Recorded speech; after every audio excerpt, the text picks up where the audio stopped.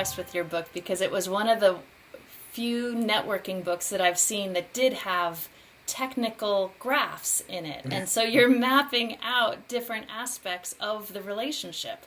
And I think that's really fun, especially for certain personality types, that maybe networking and being a people person isn't natural for them. It's something they have to practice and work at. That having criteria actually gives you steps and feedback that you can work on specifically. So it's not just, be friendly, but it's watching those four aspects like you mentioned in Join, that you know where you're on course and off course. I really like that. Totally. I'm an engineer from profession, right? So I map out and graph out everything that possible there. So Yeah, I had to uh, really study it because it that was a new aspect for me.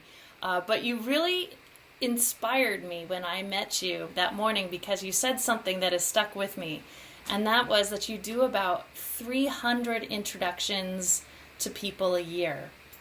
And that really not impressed me because it was such a grand number, but it was very specific. It's almost one a day.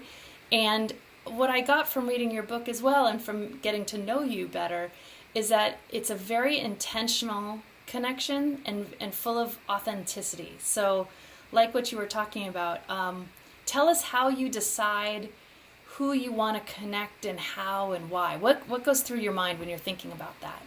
yeah, totally.